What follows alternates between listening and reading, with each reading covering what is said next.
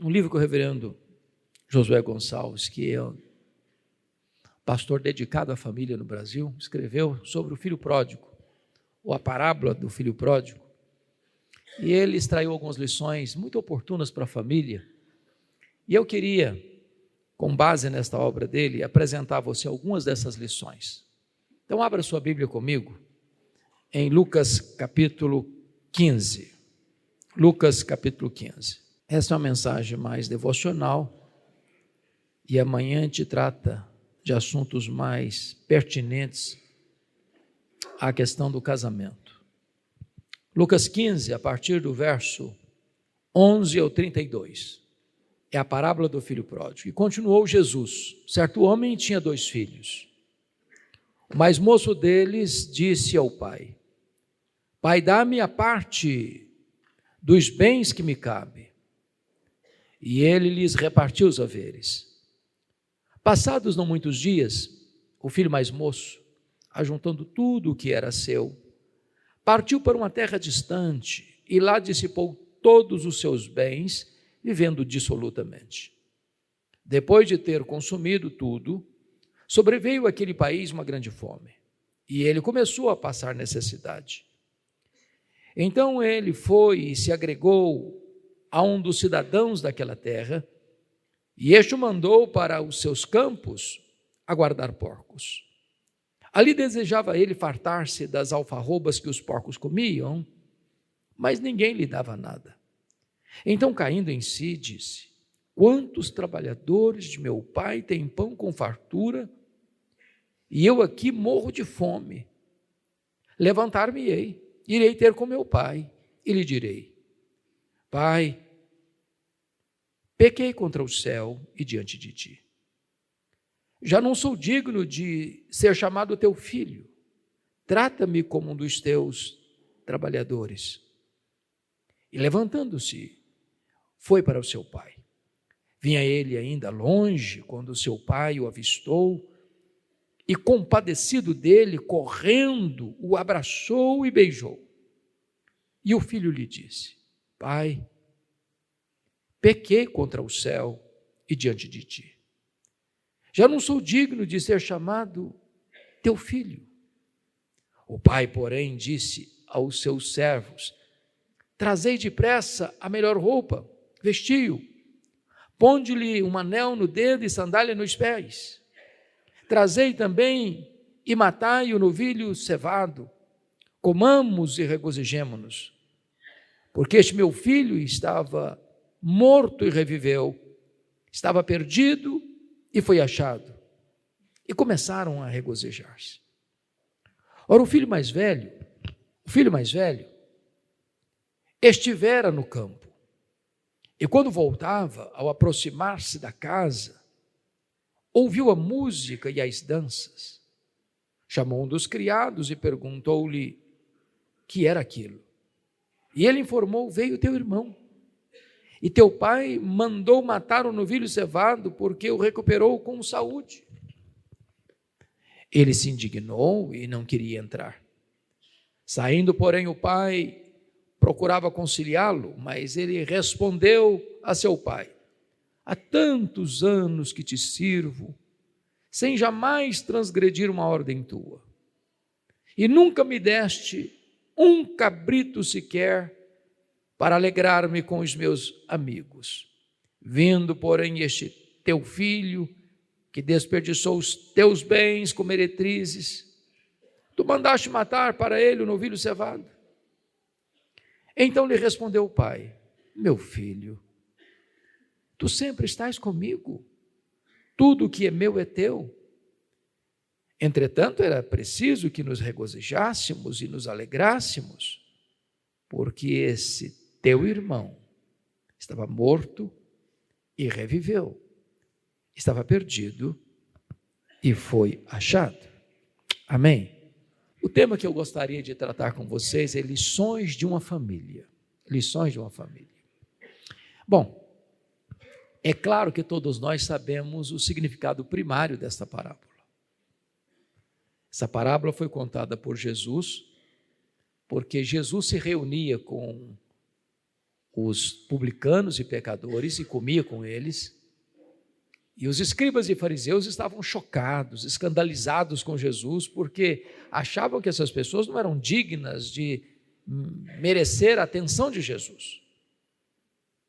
E então Jesus conta essa parábola para traçar um quadro de dois filhos, ambos perdidos, um fora de casa, outro dentro de casa, um perdulário, outro legalista, um vivendo dissolutamente, o outro cumprindo regras, mas ambos perdidos. O filho pródigo que sai de casa e gasta absolutamente os seus bens, era um símbolo dos publicanos e pecadores. O filho mais velho, que estava dentro de casa, trabalhava com o pai, obedecia normas e regras, vivia uma vida aparentemente muito bonita, era um retrato dos escribas e dos fariseus. Jesus inverte a ordem porque o filho perdulário volta para casa arrependido e tem uma festa. O mais velho, ao saber que o irmão mais novo tinha sido recuperado, fica irado e não entra na casa. E Jesus termina a parábola deixando-nos uma interrogação. Não sabemos se ele se conciliou com o pai e reconciliou com o irmão. Mas hoje eu não quero entrar nesse campo. Hoje eu queria olhar para essa parábola como a história de uma família. O pai, o filho mais novo e o filho mais velho. O que nós poderíamos aprender aqui com o mestre dos mestres? Qual lição nós poderíamos tirar desta parábola hoje para o encontro de casais? Como essa parábola pode reverberar para dentro da nossa casa? Que lições e princípios nós poderemos extrair desse texto para abençoar o nosso casamento e o nosso relacionamento familiar? Então, essa parábola basicamente fala da rejeição do lar, da volta ao lar e da recepção na chegada ao lar. Então, a primeira coisa que eu quero examinar com você é aprendendo com o pai do pródigo. O que nós podemos aprender com ele? Eu sei que alguns estão tomando nota, eu vou ser bastante calmo para que vocês possam pegar todo o esboço. O que é que você pode aprender com o pai do pródigo? Primeiramente, a família é esse lugar de encontros e desencontros. A família é esse lugar de celebração, de choro e de raiva. A família é esse lugar de abraço e de recusa de abraçar. A família é esse lugar de adeus e seja bem-vindo. E o que eu posso aprender com o pai? Primeira lição que eu aprendo aqui: nem tudo na família sai como nós inicialmente planejamos. Eu pergunto a você: que pai, que mãe cria um filho para esse filho ser rebelde? Que pai, que mãe que, dando o melhor de si para o filho, espera que um dia esse filho, ou um desses filhos, diga para o pai: eu não quero mais saber do senhor, só estou interessado no que o senhor tem. Então, já que o senhor não morre logo, no meu coração o senhor está morto, me dá a parte que me cabe, eu quero viver minha vida. Nenhum pai, nenhuma mãe cria um filho para dar tudo o que ele precisa, e o tudo que o pai e mãe dá ainda não satisfaz, ainda é pouco, ainda quer mais. Olhem vocês que a figura que essa parábola apresenta desse pai é de um pai amoroso, é de um pai que tem uma casa onde tem provisão, onde tem pão com fartura, onde tem companhia, onde tem amizade, onde tem respeito, onde tem abnegação, onde tem privilégios. Mas a despeito de tudo isso, esse filho joga tudo fora. Talvez haja aqui entre nós algum pai, alguma mãe que já viveu esse drama dos filhos não valorizarem a casa, o lar, os próprios pais. Segunda lição que eu posso aprender com esse pai: faça o melhor hoje, para você não ser consumido amanhã pela culpa e pelo remorso. Quando esse pai sofre a ingratidão do filho, ele poderia ter dito: filho, vá trabalhar, você só tem herança quando eu morrer. Essa é a nossa cultura, essa é a lei, e eu não vou quebrar o protocolo, eu não vou quebrar a lei, eu não vou quebrar a cultura, e eu não vou atender o que você quer. Esse pai resolve dar ao filho o que o filho agora não tem direito, o que só constitui direito depois da morte do pai. Porém, o que esse pai fez dá a ele o privilégio de viver, de envelhecer sem remorso, sem dor, sem culpa. E aqui tem um ponto, meus amados, da mais alta importância, é de dar aos filhos o melhor que podemos, e até além do que podemos. Eu não estou falando de coisas materiais apenas, para amanhã a gente não sofrer a dor do remorso e da culpa. Isso me lembra de uma historiazinha interessante, de um menino que ganhou uma espécie de Lego, hoje tão comum para as crianças. Acho que todo pai, toda mãe hoje já pensou, já viu um Lego que dá para os meninos terem criatividade, montar, etc. E o Lego era um castelo, um castelinho. E o menino todo dia pediu: pai, me ajuda a construir o castelinho.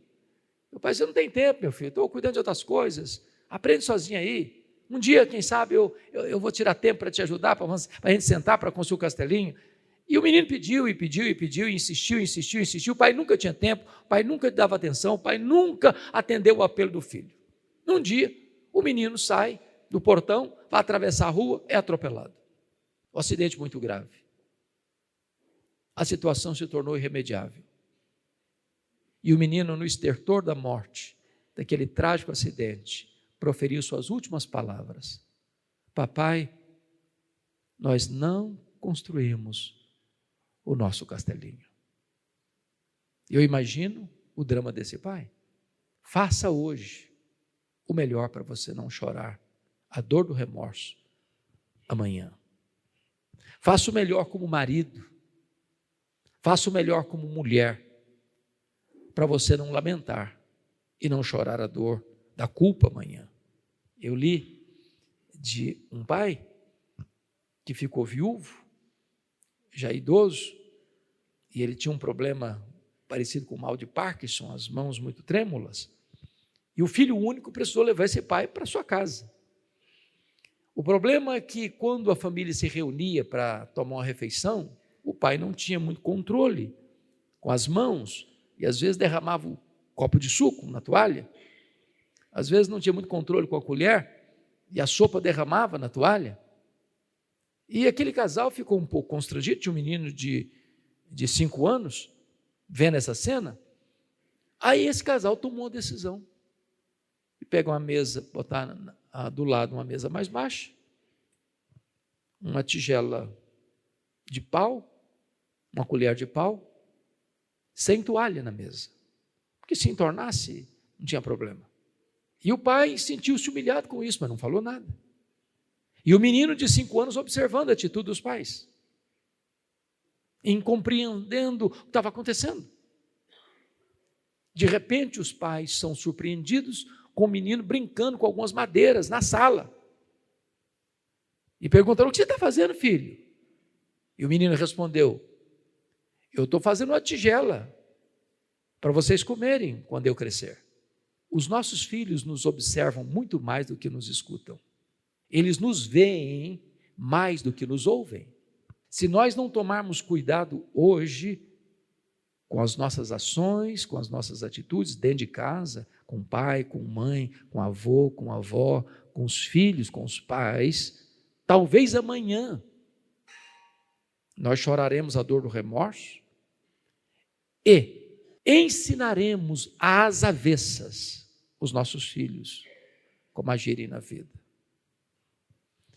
Terceira lição que eu aprendo com esse pai: não feche a porta da reconciliação na sua casa. Eu acho isso aqui tão interessante porque esse pai podia esbravejar com esse filho. Esse pai poderia ser duro com o filho, dizer: olha, já que você está saindo de forma tão rebelde, nunca mais bote os pés aqui, não conte mais comigo, agora é com você. Já que você está levando antecipadamente a herança, não espere mais socorro e ajuda da minha parte. Nos meus 42 anos de ministério, eu já vi filhos chorando convulsivamente, dizendo assim: eu prefiro comer o pão que o diabo amassou que voltar para a casa dos meus pais. Esse pai deixou a porta aberta. E não só deixou a porta aberta da reconciliação, como nunca perdeu a esperança do filho voltar. É curioso que tinha naquela casa roupas novas, sandálias novas, anel preparado. E tinha mais um bezerro cevado. Esse bezerro cevado virou um emblema aqui, porque quando o filho mais velho voltou, o rapaz que comunicou para ele que o filho voltou, a informação primeira que deu: olha, o bezerro cevado já foi imolado, a festa já vai começar. Era um bezerro tratado a pão de ló, diríamos hoje, para uma ocasião muito festiva e especial na família. O ponto que eu quero destacar aqui é que você nunca pode perder a esperança de que aquela pessoa na sua parentela, na sua família, que está estressada com você, que não fala com você há anos, que está magoada com você, possa reconciliar-se com você. Há muitas famílias, irmãos, de pessoas crentes, instruídas, maduras, biblicamente saudáveis, que estão sem conversar uns com os outros. O José nunca perdeu a esperança de encontrar seus irmãos. Oséias nunca perdeu a esperança de ter a esposa Gomer de volta. Como é que você tem feito na sua casa? A porta da reconciliação está aberta? Você está pronto a dar o primeiro passo? Eu li certa feita num folheto que vinha da Suíça há muitos anos. A gente escrevia para lá uma instituição, eles mandavam folhetos evangelísticos aos montões para a gente. E um desses folhetos, o título dele era Rosa Branca. Rosa Branca. Era a história de uma mãe que tinha uma única filha, adolescente, mãe cristã. E um dia essa menina chega para a mãe e diz: mamãe, eu vou sair de casa, eu quero curtir a vida, eu quero saber o que está pulsando lá do outro lado do muro, eu quero curtir as emoções que o meu coração anseia. E a mãe insistiu, a mãe pediu, a mãe fez tudo, e a menina não escutou não. Não, mamãe, eu vou embora mesmo. Quando a menina está saindo do portão para fora, a mãe correu no quintal e disse: filho, espera aí. Foi lá no quintal, colheu a rosa branca mais bonita que tinha no seu jardim e entregou para a filha e disse: filha, nas jornadas da sua vida, nas suas idas e vindas, nas suas andanças alegres e tristes, ao ver uma rosa branca como esta, lembre-se, sua mãe está orando por você, sua mãe está aí esperando você de volta com os braços abertos, e eu nunca vou desistir disso, filha. A menina pegou a rosa, foi embora, passaram-se anos, machucou-se muito na vida, chegou a ponto de pensar: não tem mais saída para mim. E um dia, numa das pontes do rio Tamisa, em Londres, ela tomou a decisão de se matar. E ela está ali pensando em se jogar naquele rio, quando um pregador passa por ela, a cumprimenta, ela não responde, coração duro. E esse pregador deu mais alguns passos à frente, e ele tinha acabado de ganhar um botão de rosa branco, colocado na lapela, e foi tomado por um impulso a voltar e dar aquele botão de rosa para a moça. E disse: filha, eu não sei o que está acontecendo com você, eu ganhei esse botão de rosa, e eu quero lhe presentear. Eu estou dizendo a você que eu vou ser o pregador na igreja que está logo ali depois da ponte, e você é a minha convidada. A menina pegou aquele botão de rosa, as lágrimas rolaram, lembrou da mãe, das orações da mãe, da fala da mãe, e atendeu o convite do pregador, assentou-se lá no fundo. Na hora do apelo, ela foi a primeira a ir à frente, se rendendo a Cristo. Naquele dia, ela tomou o caminho de volta para a casa da sua mãe, para reconciliar-se com a sua mãe. Sabe por quê? Porque a mãe deixou a porta aberta e disse: eu estou orando por isso. O que você tem feito para abrir a porta da sua casa para reconciliação na sua família? Aquele parente que brigou com você, aquele sócio que traiu você, aquela pessoa que ofendeu você, ou aquele filho que saiu de casa, rebelado contra você. Mantenha a porta da reconciliação aberta. Quarta lição que eu aprendo com esse pai: mantenha sempre a esperança de que seu lar vai ser restaurado. Meus irmãos, às vezes acidentes acontecem na família. Pessoas que se casam com a mais pura das motivações, que por uma razão ou outra, um acidente de percurso acontece, um fracasso acontece, um deslize acontece, um filho sai da trilha, um fato que você nunca imaginou passar, você está passando. Mas é da mais alta importância você manter no seu coração a esperança de que o seu lar vai ser restaurado, se ele passou por uma crise, se ele passou por um dissabor, se chegou até mesmo uma situação humanamente, aparentemente irremediável, de uma infidelidade. Ainda assim mantenha a esperança da restauração, porque o perdão é melhor que o divórcio, porque o perdão cura, o perdão restaura, o perdão é a asepsia da alma, é a faxina da mente, é a alforria do coração. Mantenha no coração o desejo e a esperança de que o seu lar vai ser restaurado. Faça provisão para isso. Quando esse pai mantinha naquela casa roupa nova, sandália nova, anel, um bezerro cevado, ele está dizendo o seguinte: eu tenho a esperança, eu trabalho para isso, eu faço provisão para isso, para que o meu filho volte, para que haja restauração, para que haja cura, para que haja reconciliação, para que haja recomeço. Quinta lição que eu aprendo com esse pai: crie em seu lar memórias positivas.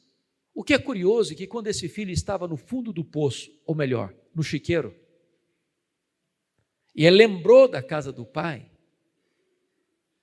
que memórias ele tinha da casa do pai?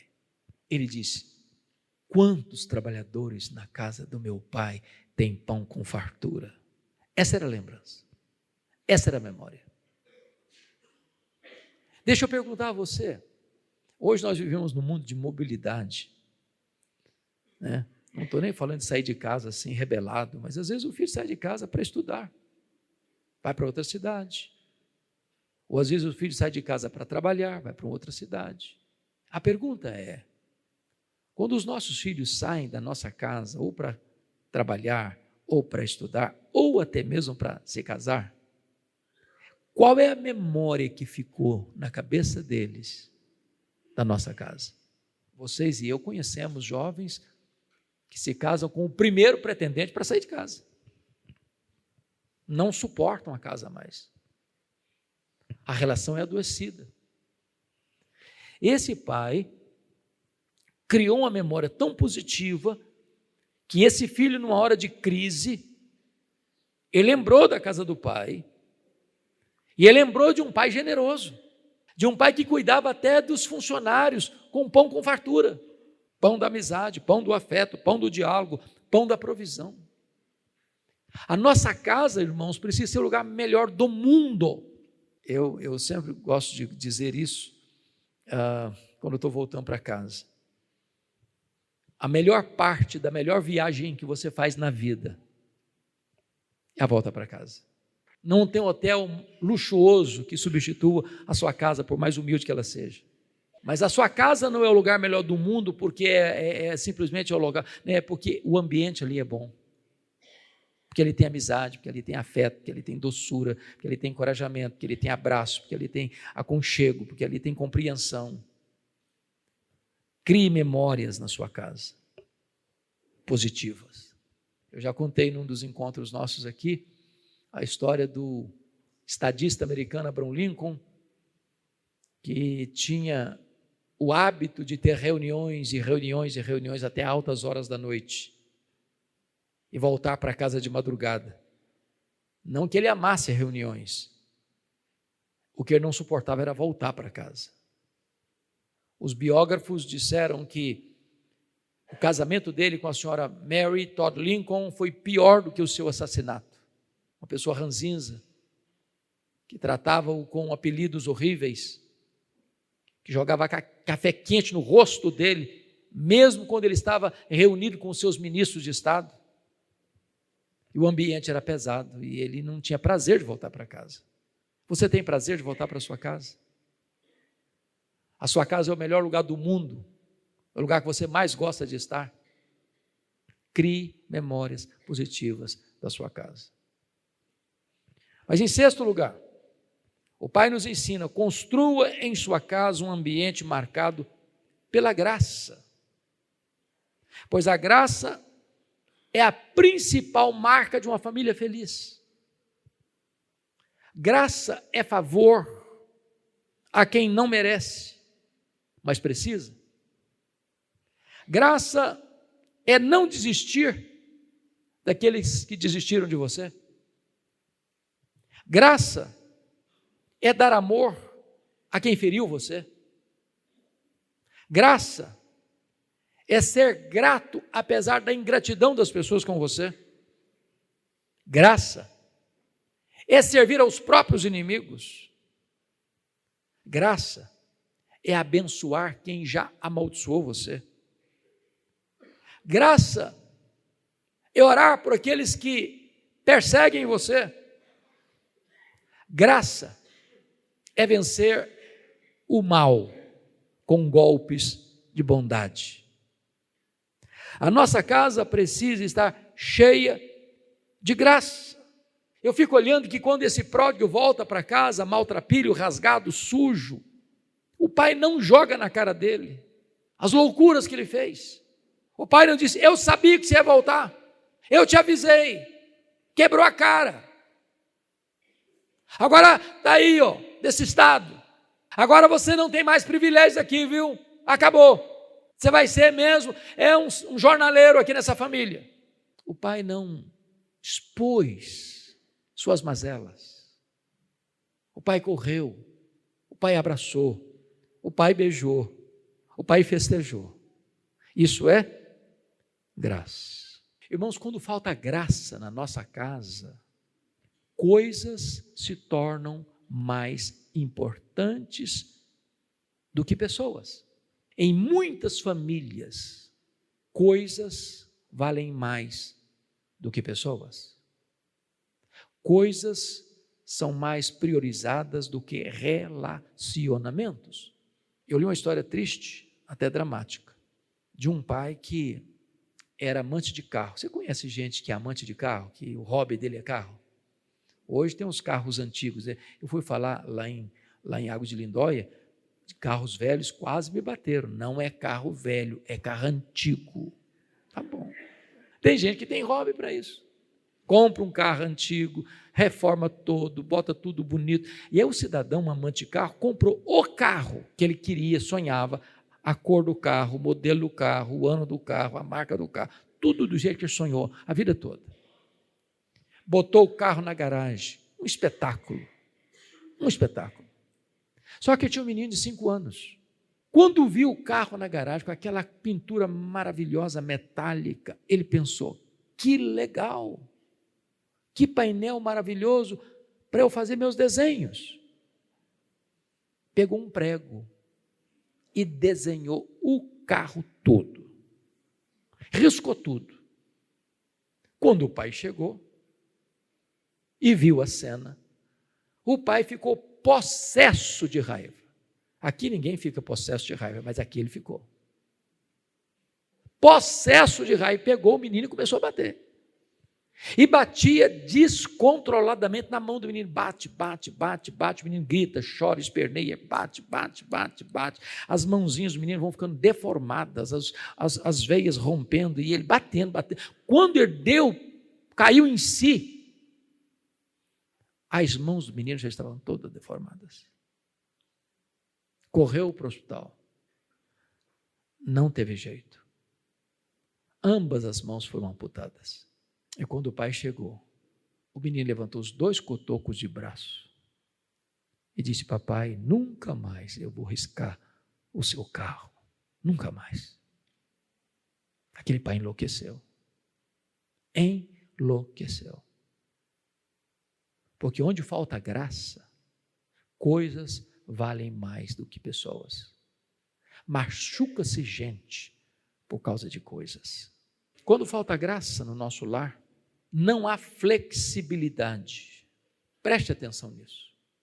Toda família onde é duro demais o trato, é inflexível o relacionamento, essa família quebra.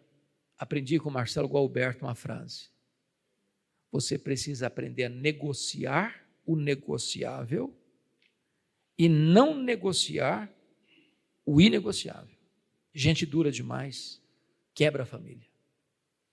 Eu tive o privilégio de estar em Chicago, que era uma das sedes do nosso ministério, Luz para o Caminho, lá nos Estados Unidos. E depois que as Torres Gêmeas caíram, era o prédio mais alto dos Estados Unidos. E é o Sears Tower, 110 andares, 443 metros. Eu fui lá no topo. E lá no topo, balança. E eu perguntei para o engenheiro que estava do meu lado: por que balança? Ele respondeu: balança para não quebrar. Você já teve essa experiência? Está numa ponte, em cima da ponte, com o seu carro, e você percebe que passam os carros, a ponte balança. E por que balança? Para não quebrar. Pais duros demais com os filhos, quebram os filhos. Cônjuges duros demais um com o outro, quebram o relacionamento. É preciso ter flexibilidade. Mas mais do que isso, irmãos, quando falta graça na família, falta perdão.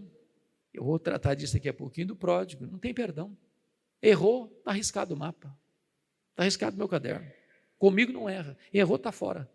Quantas pessoas que não dão abertura para a cura, para a restauração, para a reconciliação, para recomeço.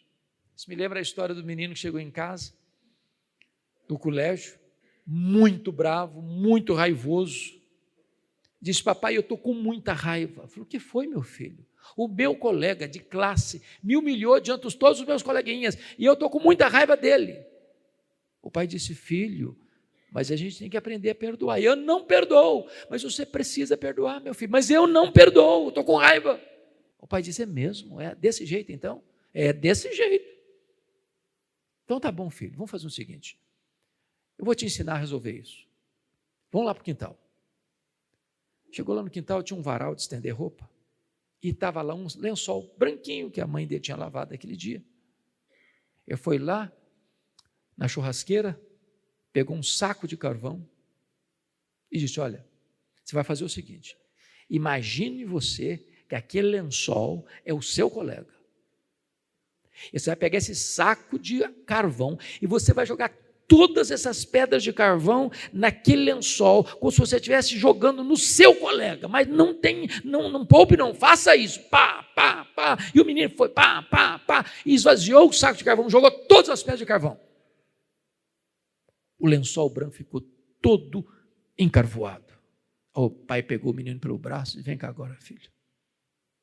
Levou o menino defronte de um espelho, e o menino ficou chocado. Ele estava mais encarvoado do que o lençol.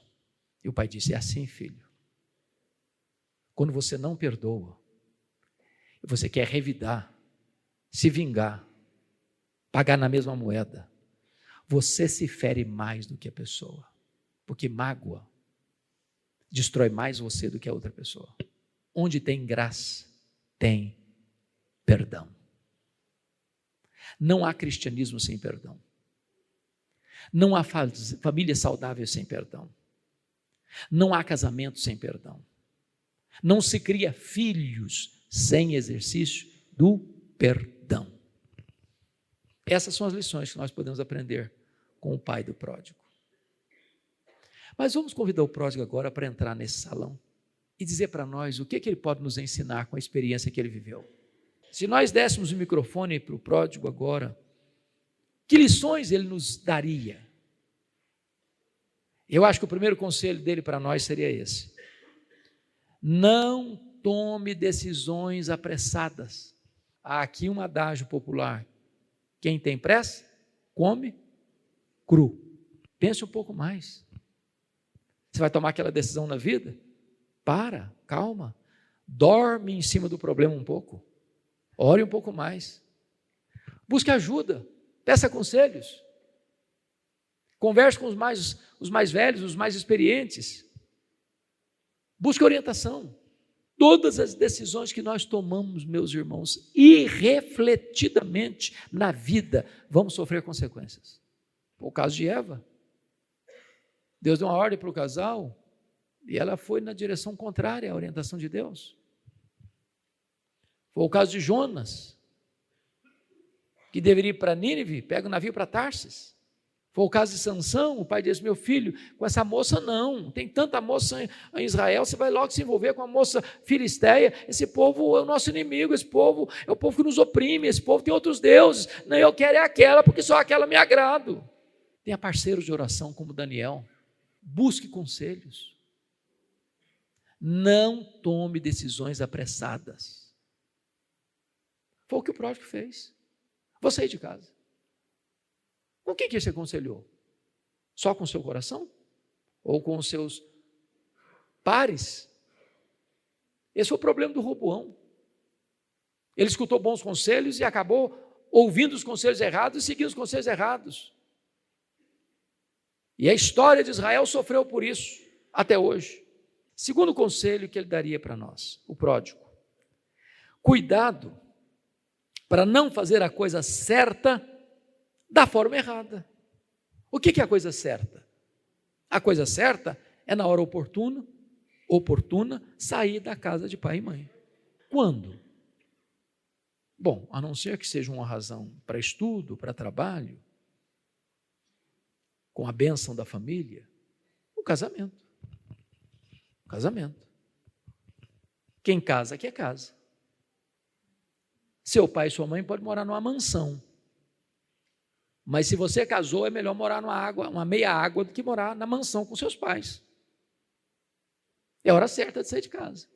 Eu morei nos Estados Unidos no ano 2001, e uma das coisas que mais me chocou na cultura americana é o fato dos filhos, ao irem para o college, eles saem de casa. Não importa se a casa do pai tem 5 quartos, 5 suítes, e se é perto da faculdade, ele sai de casa e vai para a faculdade. Na adolescência, e na minha pobre visão, eu acho que é precoce, porque é a fase mais complexa das grandes decisões da vida e quando não se tem maturidade para tomá-las.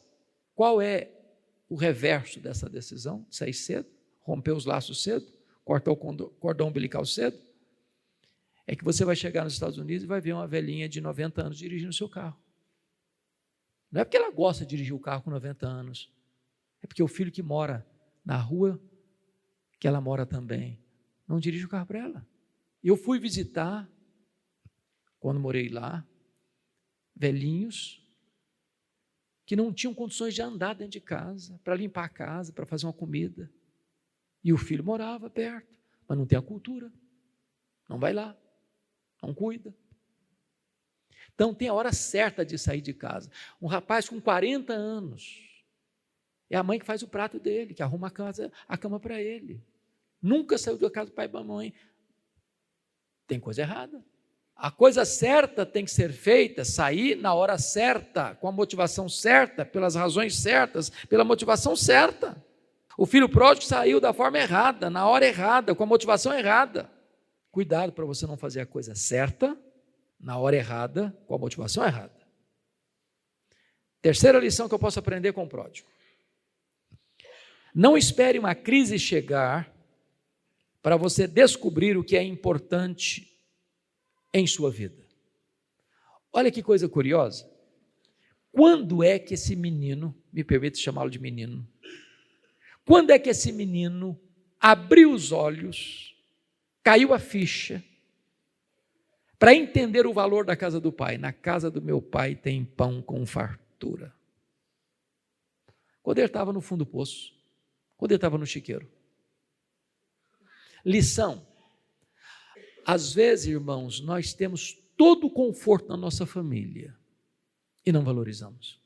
Temos tudo em casa e há no nosso coração não só ingratidão, mas insatisfação. Isso vale para o casamento, sabia?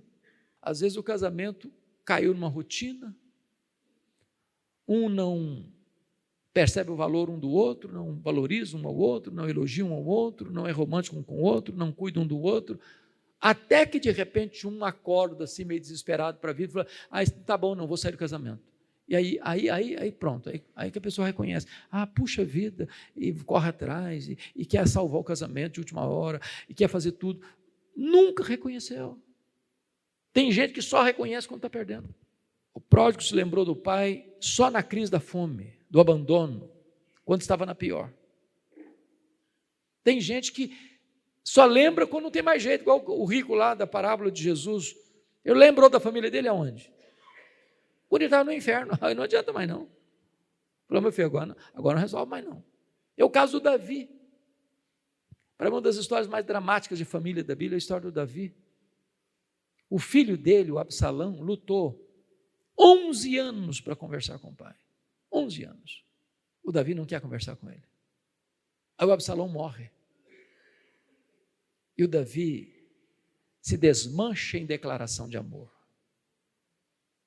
declarando o seu acendrado amor por Absalão. Agora não adianta, Davi. Agora é tarde.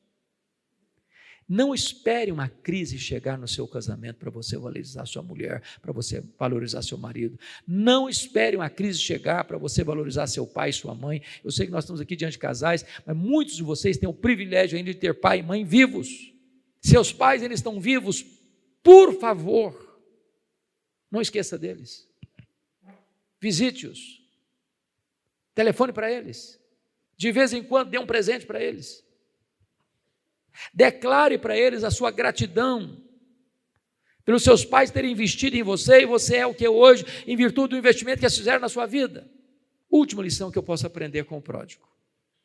Quarta e última. Não hesite em voltar para casa, mesmo que você tenha feito tudo errado até aqui.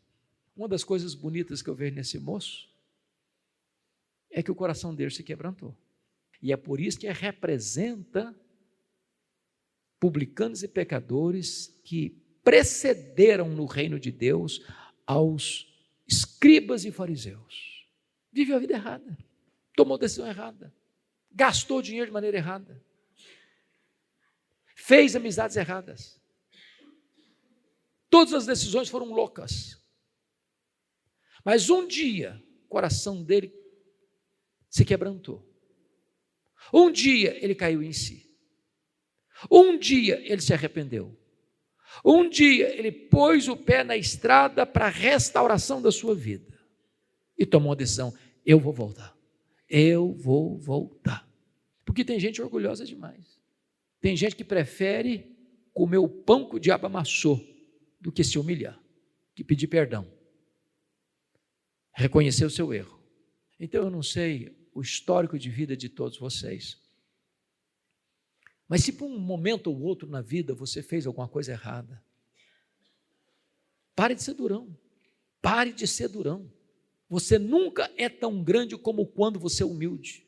A Bíblia diz que Deus habita no alto e sublime trono, mas Ele habita também com abatido e contrito de coração. Deus não rejeita o coração quebrantado. Bom, Vamos agora chamar o filho mais velho. Imagine ele entrando por aquelas portas, subindo esse palco, para compartilhar conosco algumas lições que ele pode nos ensinar, porque preste atenção nisso, nós aprendemos por exemplo e nós aprendemos por contraste. O que é sabedoria? Sabedoria é quando você aprende com os erros dos outros, para saber, por esse caminho eu não devo andar, porque alguém já entrou por esse caminho e não deu certo, então não vou andar por ali. Eu estava vendo hoje na mídia social, eu não me lembro, eu confesso que eu não me lembro, não decorei o nome da pessoa, mas um cidadão que vive uma vida muito torta na área das drogas, 20 anos na dependência da maconha, e ele estava dando um alerta em virtude das decisões tomadas semana passada aqui no Brasil. É uma loucura achar que a maconha é inofensiva, achar que ela não vai afetar seus neurônios, tornar você uma pessoa mais lerda, mais lenta, mais desconectada com a realidade da vida. E você vai fazer um trabalho, vou deixar para amanhã, amanhã eu faço, semana que vem eu faço. E vai empurrando a vida com a barriga, vai vivendo de fantasia. Um homem que viveu 20 anos nessa dependência e hoje liberto da droga, está dando um conselho. Um conselho, entra que não. Não entre porque não, que você vai quebrar a cara, você vai quebrar a cabeça, você vai sofrer, sua família vai sofrer. Então você aprende olhando e imitando o exemplo, e você aprende por contraste, não, esse caminho eu não vou seguir.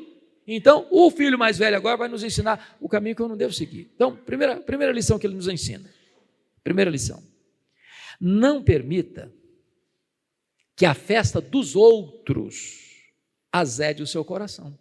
Meus irmãos, nós somos miseravelmente pecadores.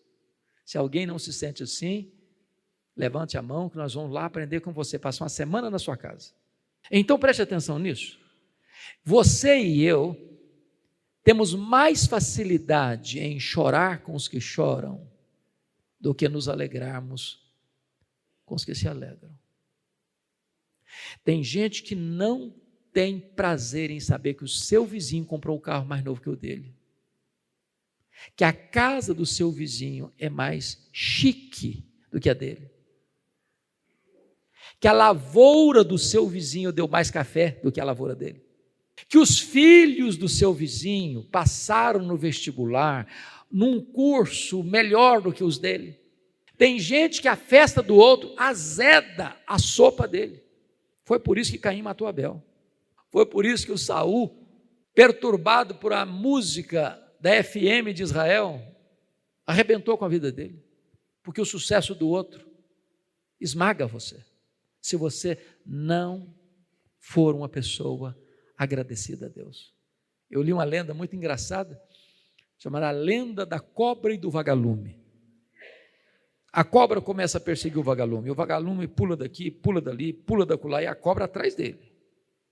Lá pelas tantas, o vagalume, não suportando mais fugir, parou e perguntou para a cobra assim: por que a senhora quer me destruir? Fiz algum mal para a senhora? Não. Faço parte da sua cadeia de alimentação? Não. Então por que a senhora quer me destruir?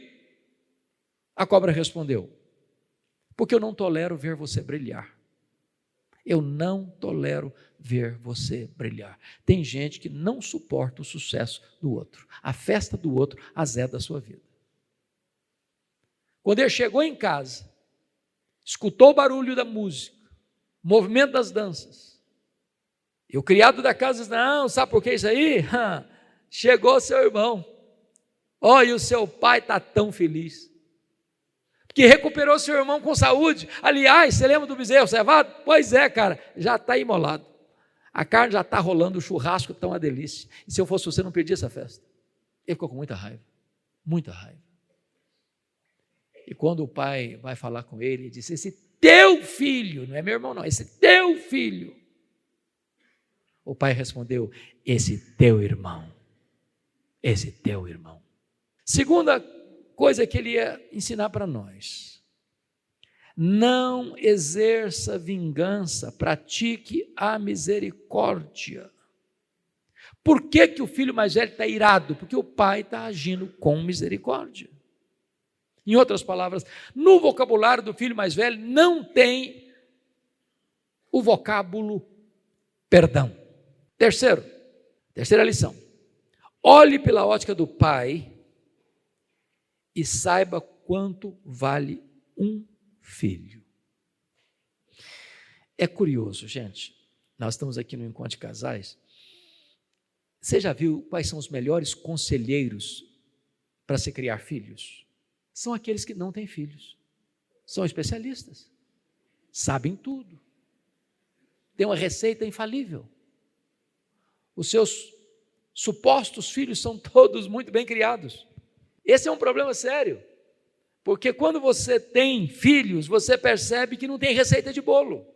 Você e eu conhecemos pais piedosos, piedosíssimos, e os filhos são da pá virada. E você encontra pai da pá virada e o filho é direitinho, bonitinho, vida piedosa. Então deixa eu te dizer, tem gente que não entende por que o filho dá problema e o pai está lá, ó, investindo. Eu fui pastor solteiro 5 anos. E pasmem vocês, eu dei boas palestras sobre casamento e criação de filhos. Era entendido o assunto. O dia que eu vi meu filho nascer, eu fiquei tão emocionado que eu perdi um culto. Eu não sabia, eu tinha que pregar em Vila Velha, e o menino nasceu 7 horas da noite, e eu não lembrei de igreja, de culto, de pregação, não lembrei de nada. E aí me ligam 7h30, falaram, pastor, o povo está aqui, o senhor não vem não? Eu falei, sinto muito, eu nem sabia que tinha culto hoje, e eu não vou não, tá? Eu estava assim em êxtase.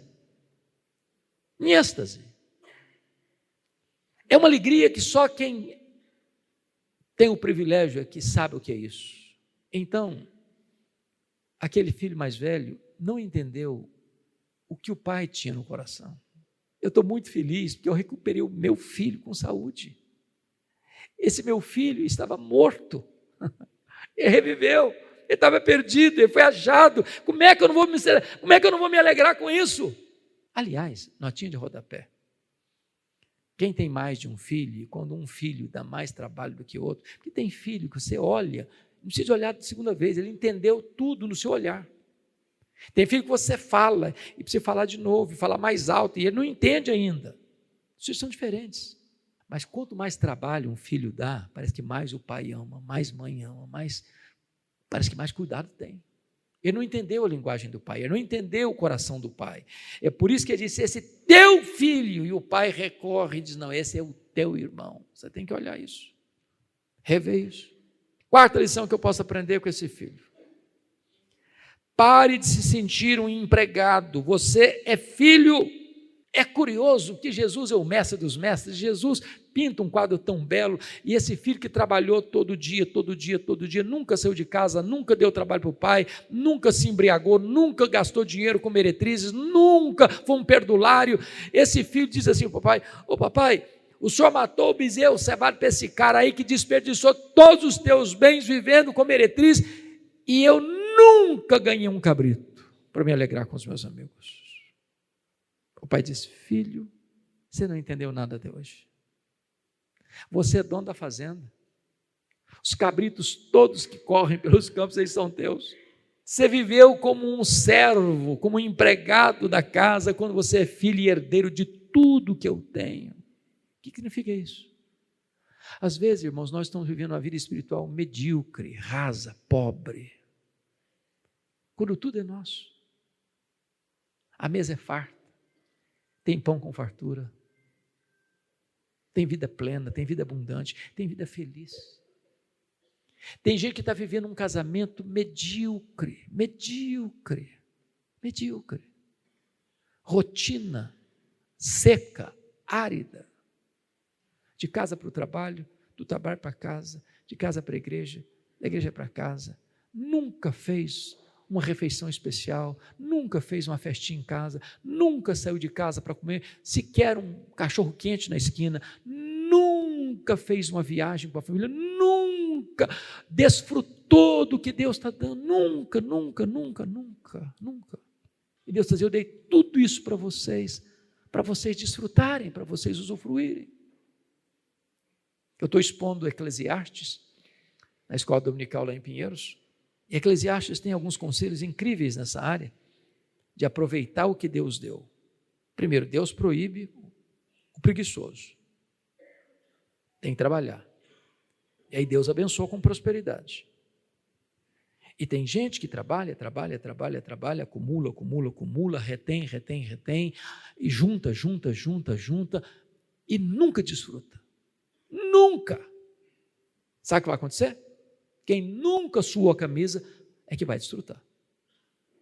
Isso é tolice. Trabalhar e não desfrutar do que Deus deu é tolice. Mas Salomão diz uma outra situação, de um camarada que não tem mulher, que não tem irmã, que não tem herdeiro, e ele trabalha, e o trabalho dele é o ídolo dele, o dinheiro é o Deus dele, e ele trabalha, e vai deixar para quem? Ele não tem nem para quem deixar o dinheiro. Nunca comeu um cabrito, e ele tem no pasto lá mais de 1000 cabritos. Nunca usufruiu. Irmãos amados, quando Deus dá com fartura. Então o casamento é um banquete de felicidade, é um banquete de prazer, é um banquete de harmonia, de celebração da vida. Então curta a vida, curta o casamento, curta o que Deus tem dado, aproveite o que Deus tem dado, porque também tem prazo. Eu vejo nas viagens que eu tenho feito, com caravanas, algumas pessoas querem viajar, mas já não aguentam mais, o joelho não anda mais, as pernas não movimentam mais, não tem força mais. Agora preste atenção, não estou falando para você ser perdulário, não. Estou falando para você botar o seu chapéu onde você não pode pegar, não. Equilíbrio. Bom, me permitem então encerrar. E aqui eu quero tratar com você sobre o perigo gravíssimo que esse moço vai nos ensinar, o mais velho. Cuidado com o seu complexo de perfeição. Ele vai dizer no versículo 29, eu nunca transgredi uma ordem tua. E eu conheço gente muito espiritual que diz, eu nunca transgredi uma ordem de Deus. Pensa num fariseu. O problema é que esse moço via pecado como atos e não via pecado como coração. O coração dele está cheio de ódio. O coração dele não perdoa. No coração dele, como o filho mais novo tinha matado o pai para pegar a herança antecipada, ele tinha também matado o irmão, porque na cabeça dele, no vocabulário dele, não tinha espaço para perdão. Tem gente que só consegue ver pecado na vida do outro. O outro sim pecou, o outro gastou absolutamente, o outro viveu com meretrizes, o outro desperdiçou. Eu não, eu sou o padrão da santidade. Isso me lembra da história de um casal já de idosos, já mais na terceira idade, se mudaram, e a vizinha,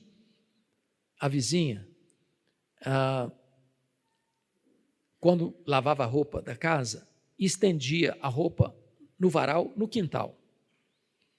E a vizinha aqui, tomando café, olhando para a janela, comentava com o maridão assim, essa vizinha é uma relaxada, olha a roupa dela toda encardida, deve usar um sabão de péssima qualidade. Todo dia, essa mulher, ao ver a vizinha estendendo roupa no varal, tinha que criticar a vizinha. É relaxada, não sabe trabalhar, não sabe lavar roupa, a roupa toda encardida, deve usar um sabão muito ruim.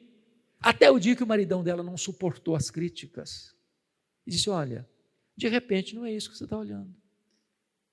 Quem sabe a nossa janela que está embaçada e suja.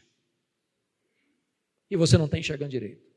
Quando foi olhar, a vidraça dela estava totalmente suja, embaçada. E ela criticando a vizinha. Cuidado para você não ser um fariseu, que só vê um cisco no olho do outro, não consegue enxergar uma trave no seu próprio olho. A síndrome do perfeccionismo do mais velho era um diagnóstico de que o coração dele estava mais sujo do que o coração do irmão arrependido que voltou para casa. Então, eu quero concluir com uma frase que eu li há muito tempo e que me marcou bastante. Quem gostava de ler Veja, hoje eu não leio mais. Depois que os nossos periódicos tomaram um outro rumo, sem compromisso, penso eu, com a plena verdade dos fatos, deixei de ler. Mas lia Luft, acho que alguns conhecem, uma articulista muito famosa. Ela disse o seguinte: em muitos relacionamentos não está faltando mais amor, está faltando mais humor. Vou repetir. Em muitos relacionamentos, o que está faltando não é mais amor, o que está faltando é mais humor. De vez em quando você dá umas boas gargalhadas na sua casa? Você ainda se assenta ao redor da mesa para a refeição? O ambiente na sua casa é leve? Vocês conversam sem... A conversa informal vira uma briga? Porque um atleticano até flamenguista? Varão, eu fiquei tão feliz. Eu sou flamenguista, você acredita nisso? Você consegue bater papo sobre futebol sem se estressar à mesa? Você consegue discordar com respeito, a ponto do clima não ficar denso, pesado? Que Deus derrame mais humor na nossa casa, mais leveza no nosso lar. Essas são as lições dessa família. Eu quero dizer para você que essa não é a maneira ortodoxa de interpretar esse texto, no sentido da hermenêutica sagrada. O que Jesus ensinou primariamente aqui foi que aqueles que se sentem santarrões demais podem estar muito mais longe do reino de Deus do que aqueles que quebraram a cabeça na vida, mas se arrependeram e se voltaram para Deus. Este é um ponto primário.